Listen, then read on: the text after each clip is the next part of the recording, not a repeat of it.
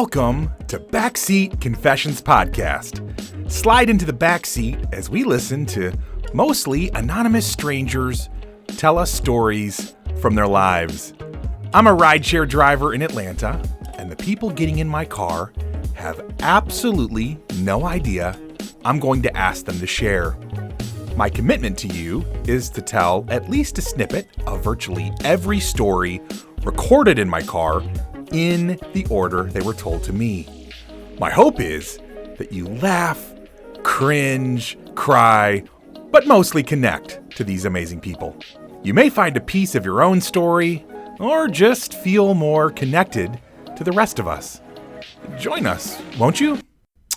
So, hey, my new friend. This is an adult podcast. Themes and languages are definitely not suitable for everyone. Listener discretion is advised.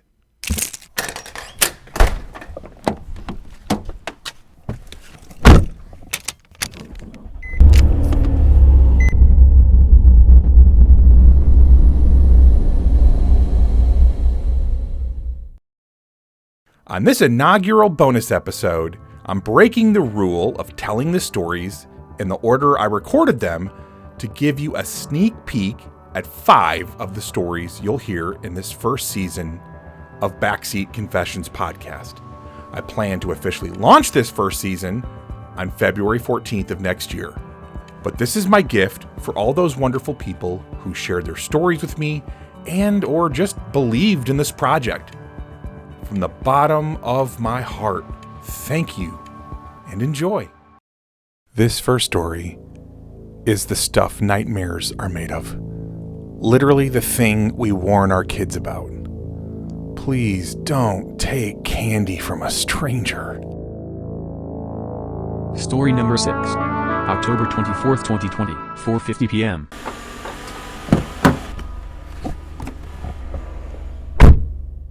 Out trick-or-treating, and my parents, they thought we was old enough to go by ourselves at that point. So we was trick-or-treating in West End. Have you ever been to West End? Yes, I have. Yep. All right.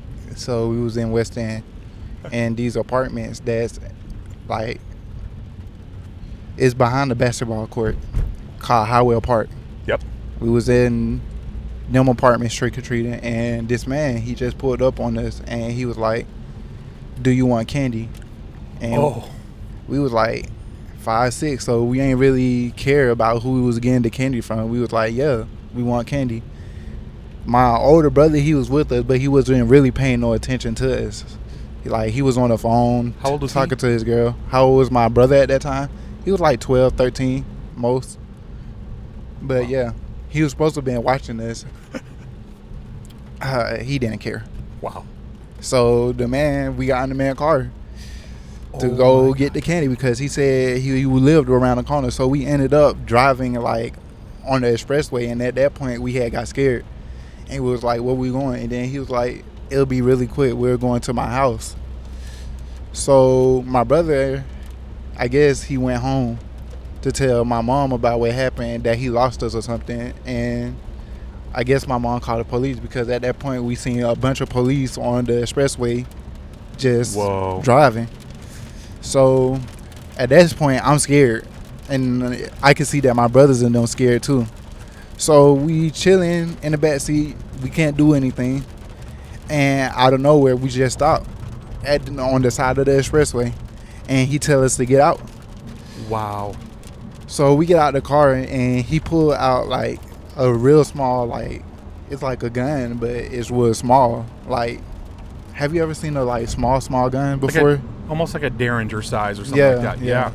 It was really small, and he was like, get down on your knees. So at that point, I'm scared, but I want to protect my brothers and them because everyone else is younger than me at that point.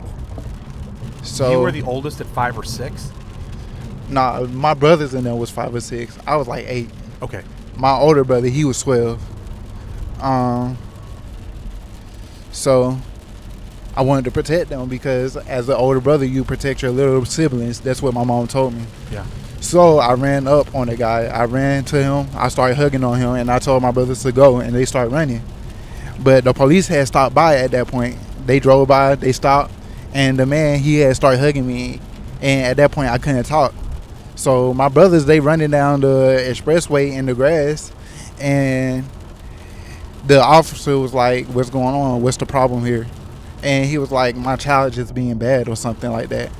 Oh my God. And I was trying to scream and stuff, but he had my mouth pressed up against his stomach, so I couldn't scream or anything. So I bit the man, like bit him hard. Like I seen blood come out of his like stomach. I bit him, and I told the police what was going on. I told him that we had been kidnapped from West End, and at that point we had already been at Jonesboro. So the police had pulled his gun, and the man, he had pointing his gun at me like he was gonna shoot me. While the police were there? Yeah. Oh and the police had shot him when he had drawn his gun and acted like he was trying to shoot me. So right in front of you, they basically. Shot him. And my brothers, they was gone, and a man had brought them back up to me, like, but he brought them up to me and said these kids are lost. They said they was kidnapped and stuff like that. And the police was like, "Do you know your parents' name?" and stuff like that. And I told them, and they just took us home.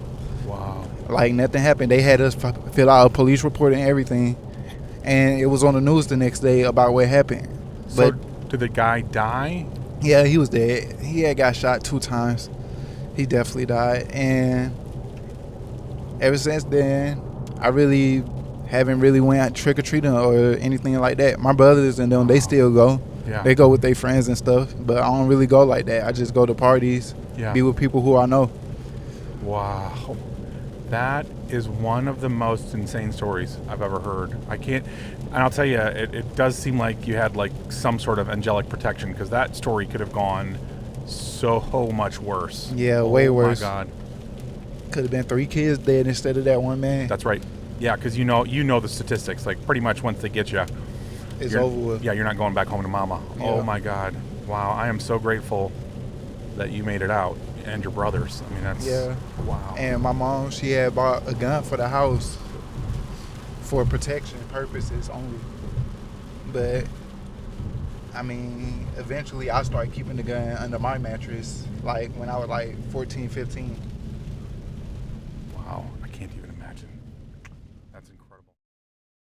This is one you just can't easily forget. The trauma of being kidnapped, having to fight a full-grown man to save your brothers, and then to have your kidnapper shot by the police while desperately clinging to him. It's just horrific.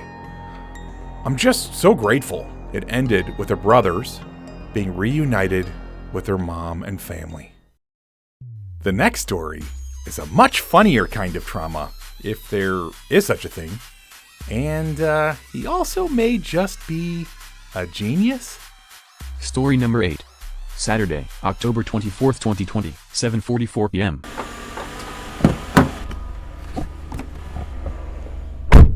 I'm 30. I have 5-6 degrees. That's crazy. One reason, I've always wanted to be a mortician. And the reason I ended up in culinary school is because the body woke up on me doing training of me studying at 18 to be a mortician. And I told the doctor, never mind, I'm going to go cut chickens up and go to culinary school. So, like, paint this scene for me. Like, what? The body woke up? Like, what? So, like, they do their last breath and they have their last gas. Yeah. So the gas woke up the body. His eyes opened up. He leaned up and he grabbed my arm. Dude, are you kidding me right now? And I nearly, and this is on radio or podcast, yeah. I nearly shit my pants. Absolutely, as and you should. Said, I'm going to culinary school. I do want to let this man finish his story, but I also just want to take a moment to sit in that. Yeah, a dead dude opened his eyes, sat up, and grabbed this man's arm. Okay, back to regular programming. And then 30 years later, I get back into it, and then I started practicing. I'm not really scared of the dead bodies anymore. So it's okay if they wake up now. I just look at them because I know you're going to die. I mean, I know you're going to fall back down. Let's put it that way. Right. And just like, because we were talking earlier about, tell me like all your degrees. So I have a culinary degree. I have a baking and pastry degree. I have a degree in nutrition. That's my master's. I have a PhD in dietetics, and then I also have a PhD in mortuary, which is just like getting funeral homes and dealing with the dead bodies. And all of this by age 30? All of this by age 30. Dude, that is absolutely crazy. I don't know. The dead body story is probably crazier, but I just can't imagine even getting all those degrees. I have a very bad shopping habit, so I work really hard because I got to be able to maintain my shopping habit. I love it. Just one of the craziest, weirdest, and funniest stories I've ever heard. And I love his attitude about the dead bodies. No matter how much squirming around they do, he's just going to wait them out because he's got, 5 or 6 degrees? And he's not afraid to use them. This next rider has to make one of the most difficult decisions imaginable, all while being quite young and on her own and trying to support her family on another continent. She's a brave one. Story number 12. Friday, October 30th, 2020, 5:46 p.m.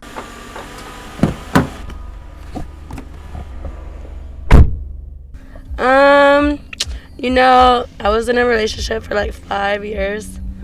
Hell of a 5 years. Wow. And during the second year, I got pregnant and I had an abortion. He agreed. I didn't ask him though, but I just didn't want to have his baby. Yeah. And something about it, I don't know why, just after that situation, just made our relationship a little hard but easier.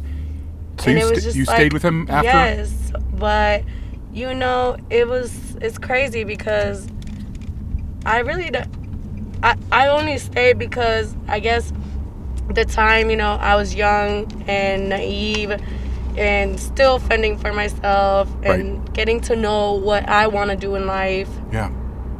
And it just happened. I mean, I don't regret it. Sometimes, I wish it would have been different with him. Mm-hmm. Then maybe my story would have been different. Yeah. But I don't regret it. Like, it's just like at the time, I am by myself. Yep. I'm from a different country where, I'm here, but like I also support my family in my country. Wow. So, taking care of another life is another great expense. I already had sacrificed my career, like as in going to school. Mm-hmm. So, at the moment I was only waitressing, like, regular family, restaurant, business. So, it's like, I had to do what I had to do. And like, and sometimes, is not a lot of people see eye to eye to that decision. But, everybody lives their own life. Like I was just telling my mom, like you can't let people decide for you or abide by what you should do in the correct path of life. That's right. Like everybody has their own, if you're gay or if you're bisexual or whatever you are, you are your own person. Like you can't let anybody tell you, people could judge you. Right. And it will phase you sometimes, it'll hurt you. But at the same time, you're still going to do you. You're still going to do what you want to do. Yeah. You're still going to pursue what you want. And eventually I cut things with him because I also had to give pride to myself. Like I couldn't continue something that wasn't making me happy just because I already put those years in. Right. So eventually, like, you just have to do something for yourself and not for catering to others, like how I was to him. Like I helped him build himself up from, not saying that he wasn't already up, but I built him greater. Like to a good man, there's a good woman behind her. Right. And so I just felt like I was investing so much in him that he was not investing in me, where it was not making me great. It was decreasing my value. Yeah. you know, and not only money wise, but like he like, you know, got everything he wanted except for me, and that just not, I just not could see it like that. Yeah. Well, I'll tell you, just from my point of view, you're just a really strong woman, and I'm really proud of you. Thank you. Absolutely. I mean, I'm older now, you know, I'm going to my 30s, so it's like, you know, it's a decision that I had to make, and I feel like I wouldn't be anywhere near if I wasn't, you know? Yeah, absolutely. Thank you so much. You're welcome. One of the moments that really sticks out to me is that after the microphone was off, she thanked me for not judging her. Not only would I never judge her, but I was really just so proud of the woman she was. So strong.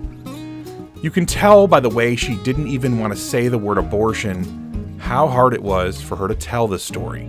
She said she was from South America and a conservative background, so she almost never shared this story with anyone. Hearing her story was when it first hit me that for some people, they just need a safe space to get something off their chest. And this podcast could be that place. I feel honored to be trusted with these vulnerable moments people share. This next story takes us down a possible supernatural path. Have you ever encountered a person that later on you wondered if they were fully human? This young man seems like he may just have had such an encounter. Story number 14. Monday, November 2nd, 2020, 7:49 p.m.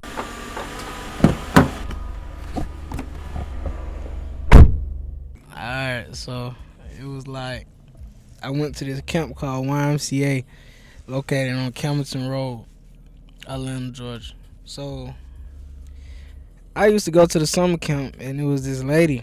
Like, I don't even remember her name because like it's that crazy. Like, but she used to always come get me out of my class, like, and we used to walk around the track at YMCA, and we used to just be talking. Like, she would be asking me what I want to be in life, and what, like, you know, different little things like that. And she was asking me, she was like, did you ever like want to, you know, start exercising and stuff like that? But it was just like every time I went with her, I used to be like, why is this lady always like just concerned? Like, I don't know. Like, she was just always concerned. Huh. So, you know, weeks done passed, summer camp, the same lady still talking to me. We don't went on trips. She'll come get me in my class. Like, if I get in trouble, she'll come get me in my class or whatever. So I told my dad about it. I kept telling him, I was like, Dad, this lady keep, you know what I'm saying, coming. Like, I want you to meet her. Like, cause she cool. Like, Yeah. Like, she cool. Like, I said something about her, Dad. Like, she told me that I'm gonna be something one day in life. Like, she told me I was gonna be something. Yeah. I don't know what she meant. She was like, you gonna be something one day. She said, trust me, I'm telling you. She was like, you just gotta stay to yourself. She was telling me about the summer camp, like, but I was so young, so I was probably like, what, 7th, 6th grade? Okay. So I'm understanding all that. I'm like, what? Like, you just keep telling me every time she'll see me, she was like, you gonna be somewhere there, I'm telling you. So I used to tell my dad about the lady. She used to take me to her office, YMCA. I don't even know if she was over YMCA. I don't know who the lady was. Like, I don't know. Like, but she used to be something important like that YMCA to be taking me around. You know what I'm saying? Yeah.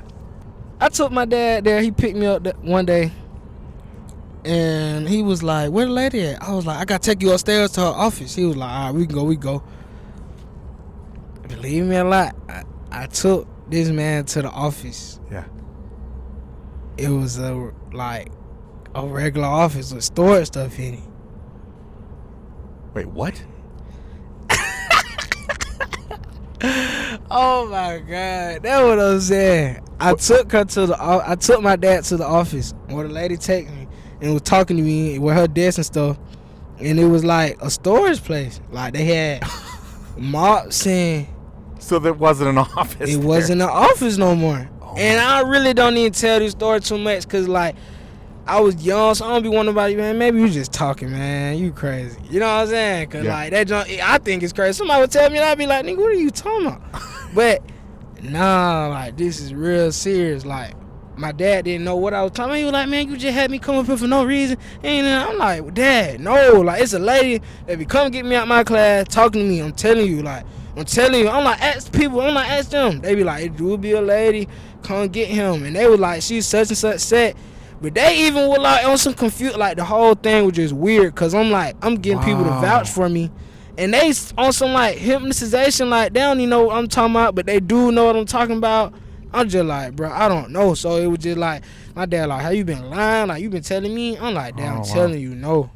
So out of the best side of this story, I think what I got of it, I think it's angels in the world. Yeah. Or something. Yeah. I think it's angels. Or if it's not angels, it's something else, because that is crazy. Wow. Like, that is so crazy. Like, when I tell you, like, bro, I was so shocked. Like, I'm like, Dad, like, what? I was so confused. Like, you remember this 6th and 7th grade me. Yeah. So I don't know what's going on. Wow. I don't know. Like, I'm like, Dad, this And is a late. And after that, I had like a couple weeks after the summer camp, because it was it's time about to go back to school. Yeah. That lady never came and got me out my class since then. Ever since I showed him the office, she never came back, got me. I'm asking people like, where that lady at? They like, what? You know So what I'm no one else knew or saw her, and Yes. all that you remember. One other, like my count teacher, he knew the lady, but when my dad approached him, was like, who's the lady? He was like confused, like he was saying it was another lady. I was like, no, that wasn't her. He was like, well, I don't know. Wow. I'm like, what? Wow. I'm like, what do you mean, bro? You seen her when I seen her? And this like person or angel like only ever like encouraged you, told you that you were gonna be something. But she used to never tell me what I was gonna be. I'm young, like I don't know. I don't think you just around me trying to just mess with me, cause I had the little chubby cheeks, you know what I'm saying? Yeah, but yeah. nah, this was like for real, cause every time she sat down, she was like, listen to me. She was like, you gonna be something. Wow. She used to sit me down like seriously, like, yeah. you gonna be something. She was like, you so intelligent, you smart. I was telling her I was like left-handed. She was like, you left-handed? She was like, oh my God. Like, she was just getting so excited. And I'm like, I don't know. I used to just like the lady, because when you come around her, it was another type of feeling, like a spirit or something was on you. Like, it's just good vibe, like a good vibe. That's why I used to come home and brag on the lady so much, because I was like, Dad, you gotta meet this lady. Like, she cool, Dad. Like, you feel me? Like, you would probably even be like, damn, this lady cool. It was that type of vibe. Wow. I don't know. That's incredible. So she came around to build you up, and then you said she would. The only other time she came was when you got in trouble. She would come and take you away. When I got in trouble, come and take me away. And be like, my question is, how did she know you were in trouble? That's what I'm saying. Like, I be getting in trouble. Like, as soon as I get in like time out or something, they'll be like, you gotta sit out. She'll come and get me. She'll be like, you come on. She'll like, come on. We'll go get some snacks and just walk around the track and talk every time. Dude. And go to her office and sit. I think, first of all, you told it to the wrong person, because I actually believe in like the supernatural. So I'm down. I think that you may have had an interaction. Like, how amazing is that? I mean, if it was a real person, great. It's still the same thing. But how amazing would it be if you actually had like a visitation from like an angelic being who was sent to you to tell you about your future and to build you up? And like, but amazing. I don't even want to say that, because it was like I kept questioning. But like, she never, I'm not gonna lie, she never was like on some, I'm an angel or no, of course, no, I get it. None of that. Like, but you said you felt something when you were around her. I felt something, but she never was like, oh no, like I never even wanted to question like you're an angel, cause I was like, it was a real person. Right. Yeah. So, I don't but you know, that's how most people that have seen angels, they don't know that they're angels until later, when it doesn't make sense. So if I see that lady again, I might start crying, because it's like, what in the world? Like, I'm gonna be like, where did you go? Like, why did you leave me? Or like, it's that type of vibe. I'm telling you, I just met this lady in summer camp. So for me to be like, why did you leave me? It was that type of vibe. Yeah.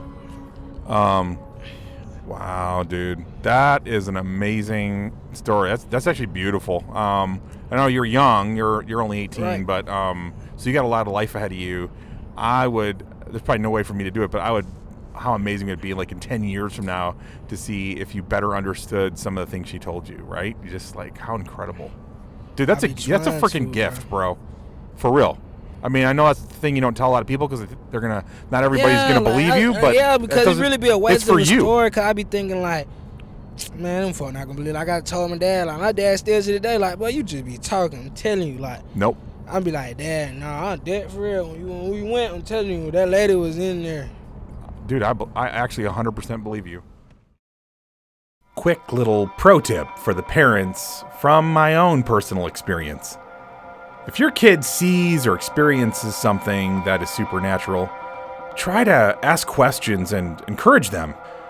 When my youngest was a little guy, he used to see things that the rest of us couldn't, and it would freak me out. Instead of helping him develop the gift, I just wanted it to go away. So, yeah, learn from me, and don't do that. So this next story is quite adult in nature, and you can hear from the young lady's giggle that it's not a story she tells often. Also, I'd say there are some themes of what happens when people don't address something because, well, maybe embarrassment or shame, possibly? Story number 25. Friday, November 6th, 2020, 12:33 a.m.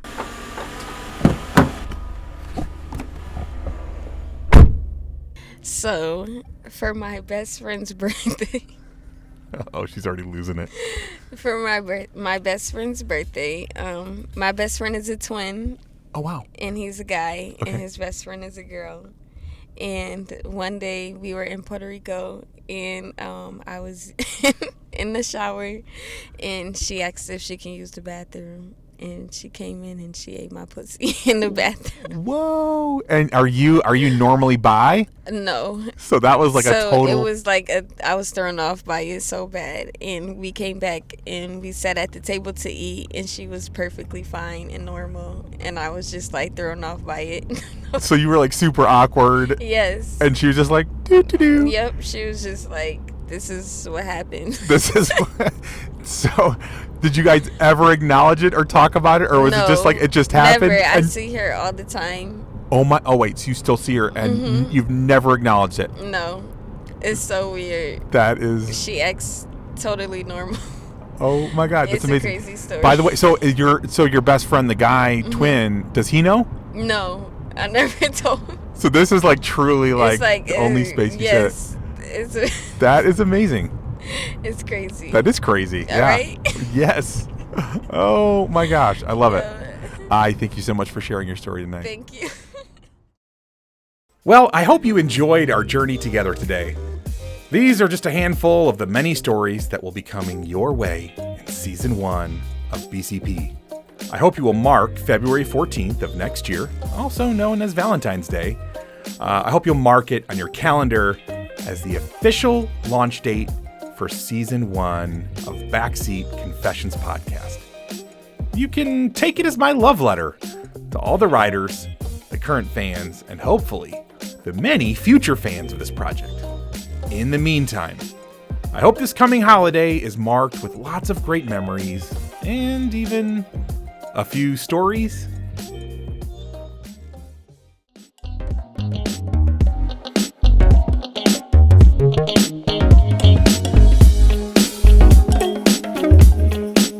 This is what happens when you are a rideshare driver in Atlanta and ask people for their stories. These weren't handpicked people with great stories. They just happened to get in my car and be gracious enough to share with all of us. And who knows, maybe someday you'll be in Atlanta and need to grab a rideshare and end up telling the rest of us the next great story on BCP. I'd actually encourage you to, every so often, just ask a stranger to share a story from their life. You never know what you might learn. I believe that our stories are powerful. They can make you laugh, cringe, cry, or even get you to think or feel differently. Our stories can truly make this world a little bit better place.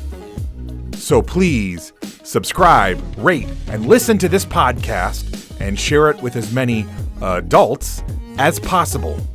It would mean so much to me. First and foremost, I want to thank the incredible writers who trusted me with your stories. You're my heroes. Thanks also to all the people in the background who have believed in this project/dream. All of the music on this podcast was found on pixabay.com, and it was free, which is an amazing gift when you're starting a podcast on a shoestring budget.